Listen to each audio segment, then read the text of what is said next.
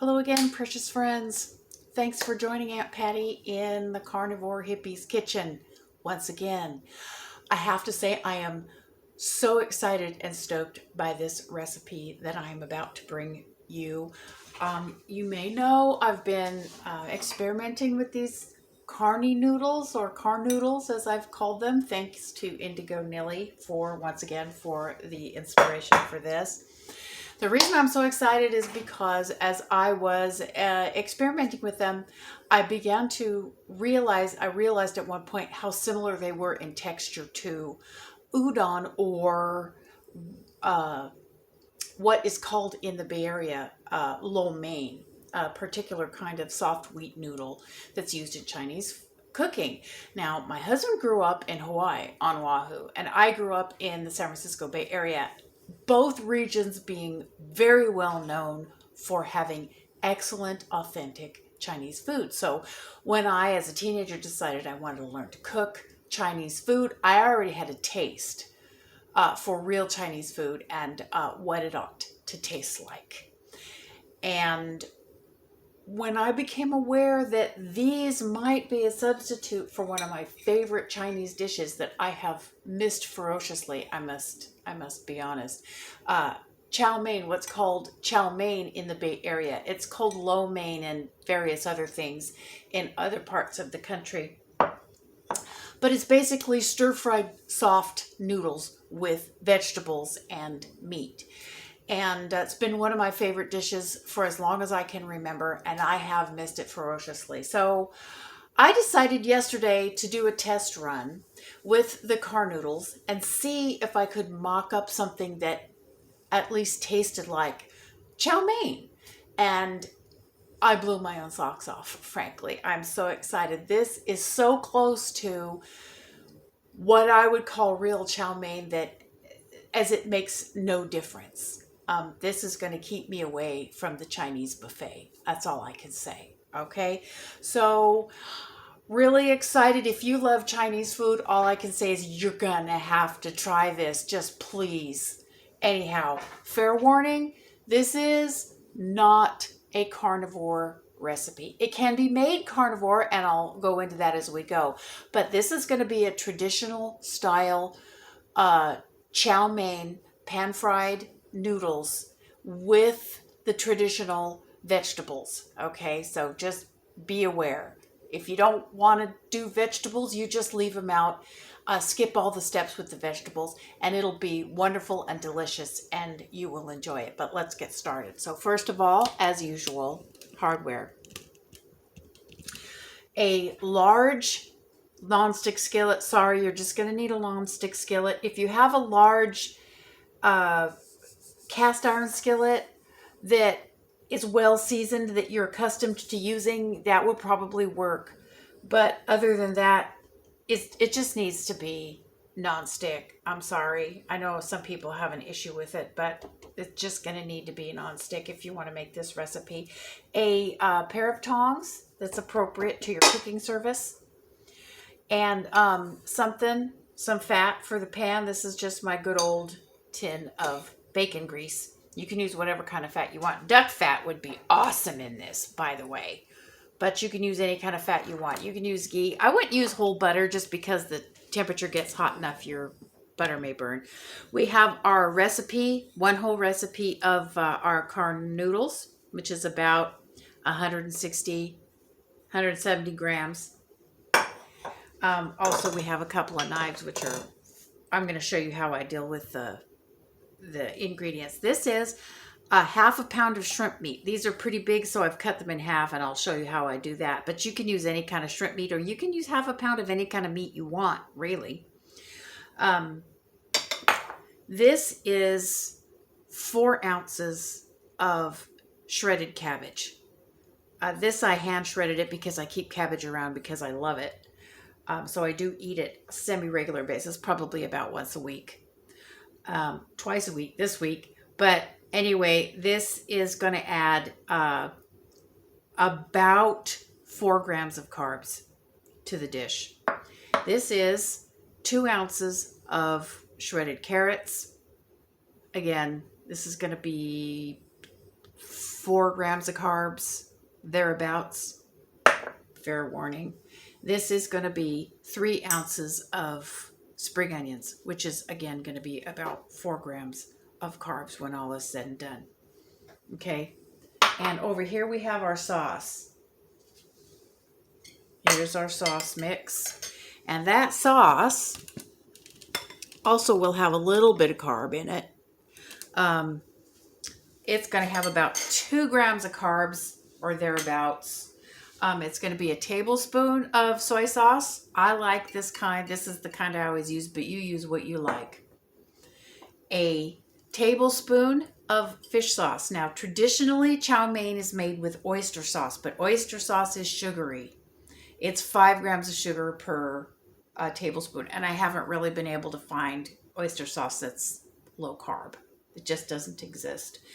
So this is a really good substitute for the seafoody flavor of the oyster sauce. But oyster sauce being sweet, it's a tablespoon of this, and I put a teaspoon of brown sugar substitute. So a teaspoon is 4 grams. There's going to be 4 grams of sugar alcohol in here. So you keep that in mind. And also 2 tablespoons of white wine. Okay, you can use 2 tablespoons of water if you want to skip that. That's fine too. You can use 2 tablespoons of fish stock or chicken broth or duck broth or beef broth or whatever it is you want to use. But it's 2 tablespoons of fluid, and that's what's all stirred together here in this little cup. Once again, a tablespoon of soy sauce, a tablespoon of fish sauce, 2 tablespoons of white wine or whatever other fluid you want. I like the white wine taste, and a teaspoon of sugar substitute. You can use the brown sugar substitute or you can use plain. It doesn't really matter. It just matters what you like. So, fair warning. Again, just so that, nobody feels like they've been fooled. There is going to be, this makes 2 good size servings, and there's going to be between 4 and 6 grams of carbs per serving, depending on how much veg you use, whether you use oyster sauce or fish sauce. Could be up to 8 grams of carbs in a serving, okay, when all is said and done, just so you know. But, once a week, I'm good with it, and it keeps me away from the Chinese buffet, okay? So, enough said. So, here we go. We're going to turn on our cooktop and get it going. We're going to need it pretty darn hot, so I'm turning up the power.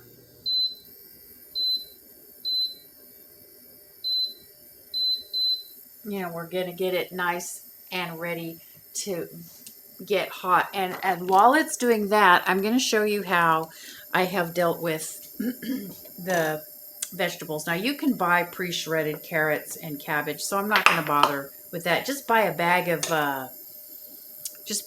of pre-done coleslaw, and you'll have everything in there that you need. Now, these are big shrimp. These are 2025, so I have split them, and I'm going to show you how I do that. My little skinny boning knife, you can do it with any kind of knife or with a paring knife, but this is the knife that I like to use. You lay it down flat on the cutting surface, right? Squinch it up into a little round thing. Oh, you can't see it. There we go. Squinch it up into a little round thing. Put your hand down flat on it like this, and then center your knife. If they're already been deveined, there's going to be a line that you can go and just cut right through.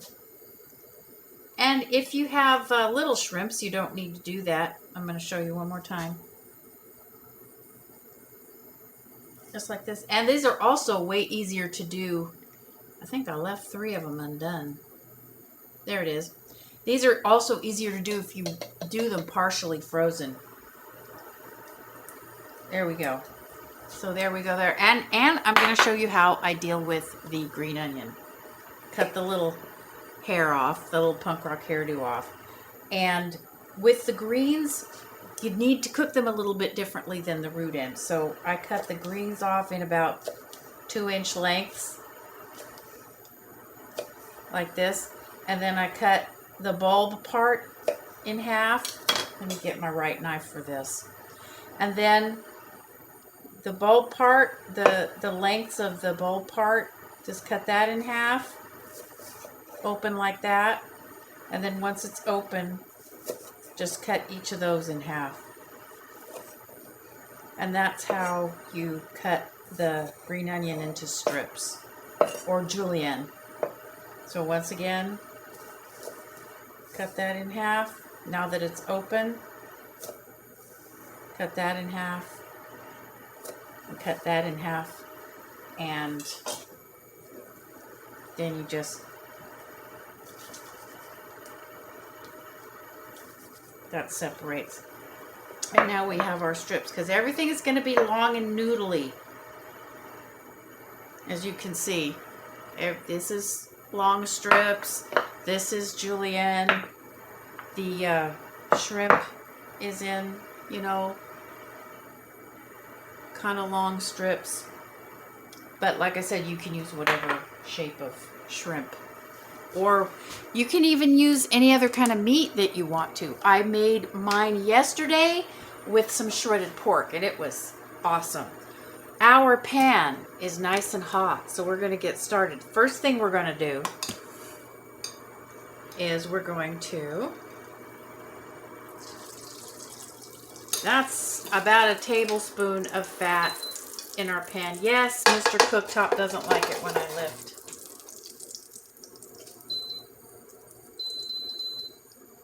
And we're going to start with the toughest vegetable first, which is the carrot.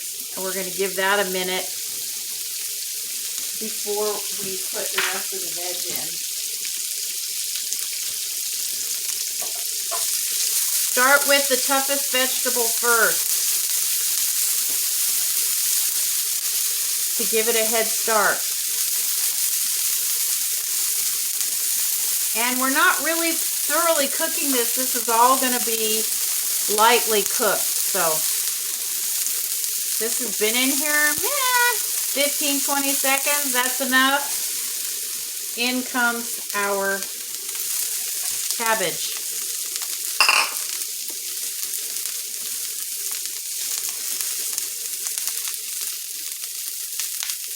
I just love the look of this. There's something to be said for the Asian concept of dining with your eyes as well as your stomach. I really do think if you can tolerate vegetables and they have a place in your life, bless you. If you can't, bless you as well. As I said before, if you're not going to do the vegetables, just fast forward the video until, skip forward until we're done with this part.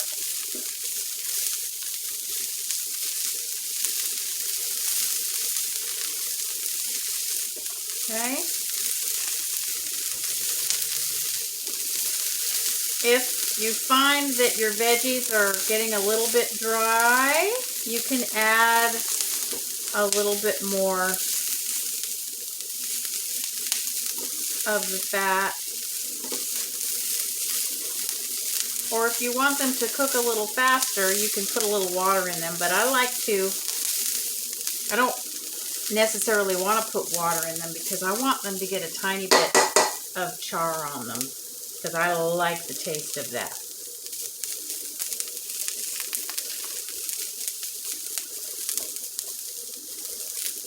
We're just going to leave them there for a sec to get some char, hopefully.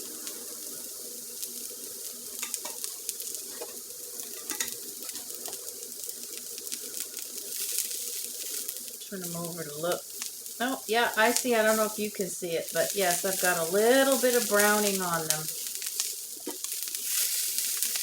So we can turn them. Scooch them around. You'll notice we haven't put the green onions in yet. The green onions are going to go in last because all they need to do is wilt.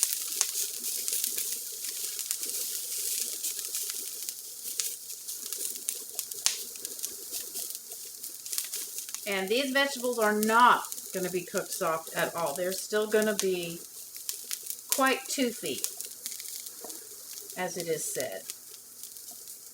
And I think I'm just going to let them cook another minute and develop a little bit more caramelization. And you see the lovely steam coming up. That's also helping to cook the vegetables to the appropriate texture.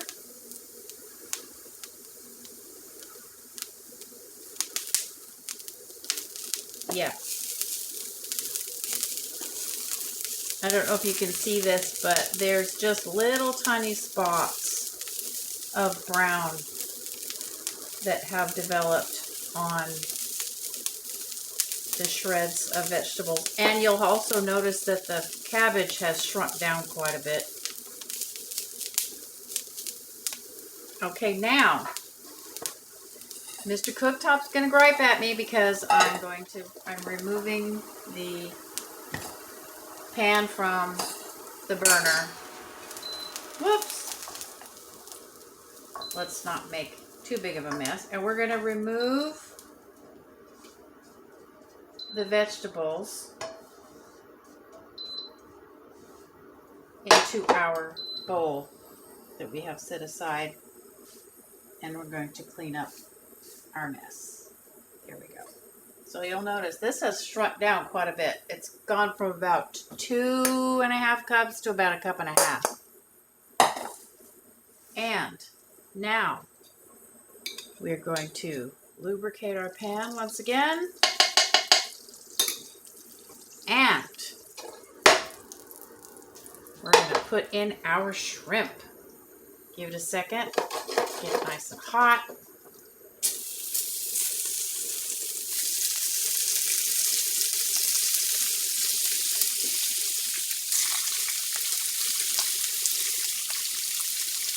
Shrimp, when you thaw it, tends to gather some liquid. I don't know if you can see the liquid at the bottom of the bowl, and that's why I don't like to just dump the bowl in, because I don't want the fluid to go in there, because it lowers the temperature of the pan.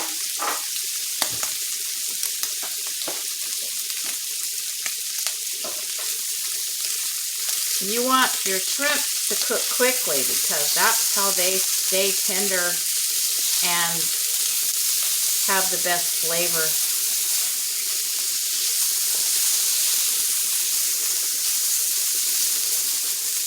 And of course, oh, there's one. It didn't get all the, yeah, that didn't get chopped up. I missed that one. There we go.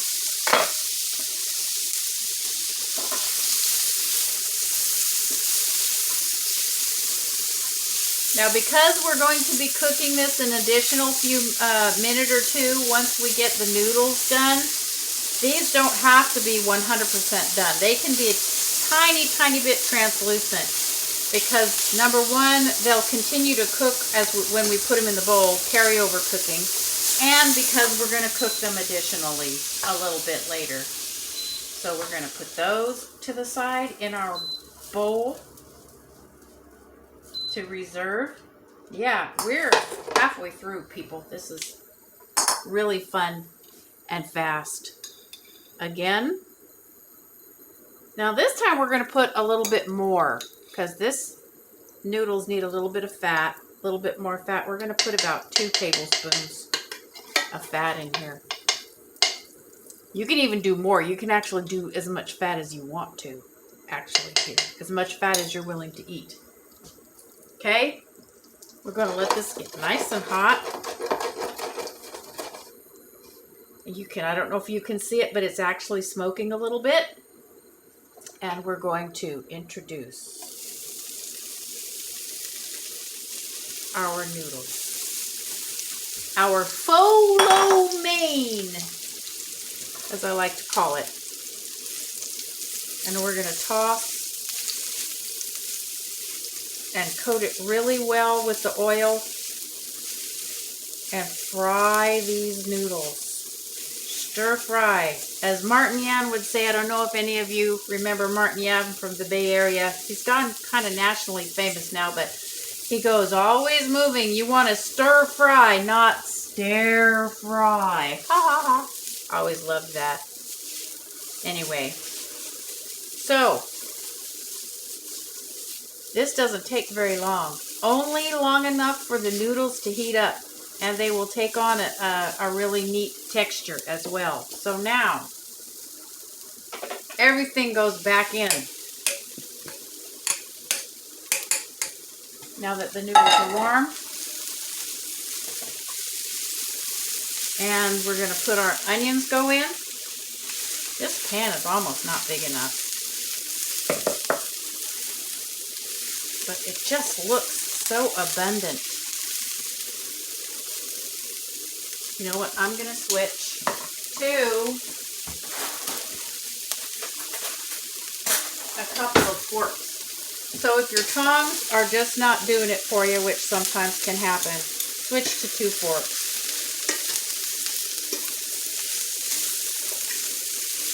Yeah, this pan was a little bit too small, but that's okay.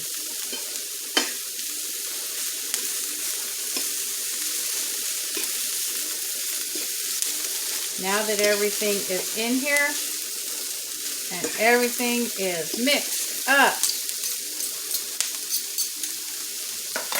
now for the sauce. Now, what you want to do for the sauce, scrape things to the side and let it sizzle in the bottom of the pan. Some over here. Some over here. Spread it around because you want it to sizzle into the pan. You want it to evaporate.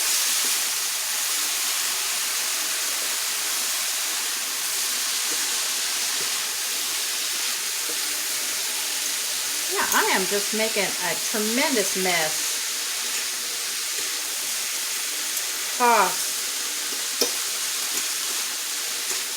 This sauce is going to reduce and it's going to coat everything.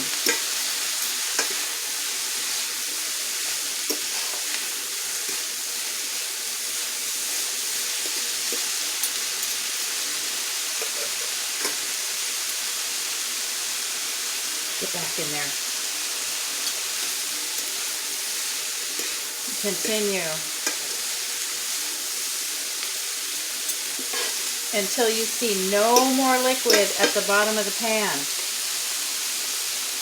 And we're going to turn our heat off. Look at that. Oh my goodness. It just looks so delicious. And I forgot to get this out, but fortunately I'm standing right here by my cupboard. Where is it? Good grief. Ah, here it is. Our last final thing. You can leave this out if it makes you uncomfortable because it is a seed oil. Sesame seed oil. This is toasted sesame seed oil. This is very traditional. We're just going to, it's a finishing oil. You don't cook with it. We're just going to maybe a couple of teaspoons on here. And again, to finish, because the taste is different when you cook it and when you sprinkle it on fresh, about another teaspoon or so of cold soy sauce to finish it.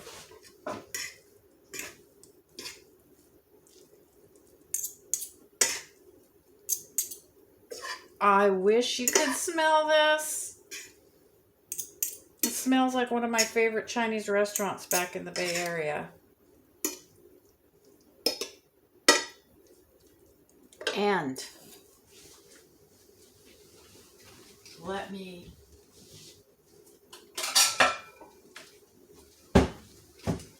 get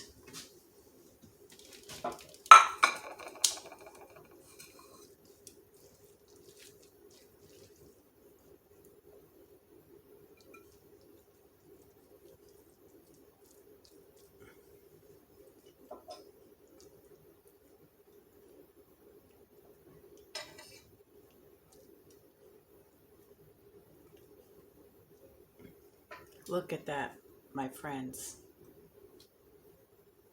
I mean, if you don't want to eat that, I just don't know what to say. I just don't know what to say. Now, I have a fork there, right there, I know, but I am kind of a purist and a snob when it comes to Chinese food.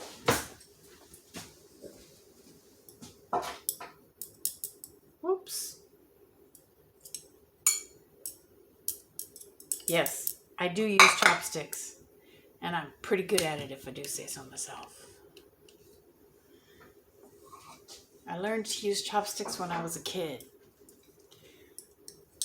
Let me tilt this down a little bit. There we go. Look at that, folks. I don't know what to say. I think it's beautiful. I was very proud of myself for having pulled this off.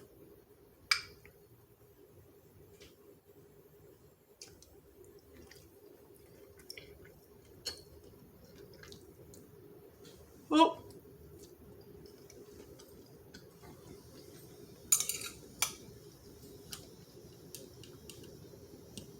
As I said, this is close enough to traditional chow mein for me as makes no difference. I will happily eat this instead of real chow mein for the rest of my life.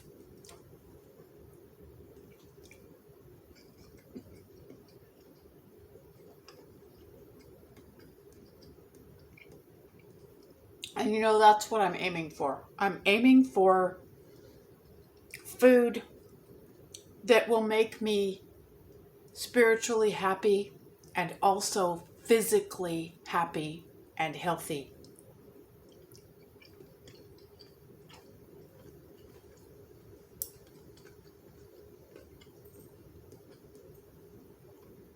One more bite.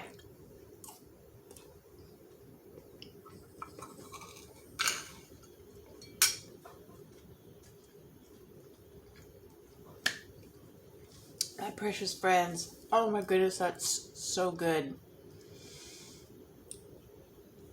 I hope if you like Chinese food that you will try this, because I think you will find it a revelation. That's all I have for you right now. We're going to talk again soon because there's more coming with these dang noodles. I'm telling you, my brain is exploding with the ideas. So I will be back with you again soon. Until then, I wish you peace, love, and meat. Bye-bye.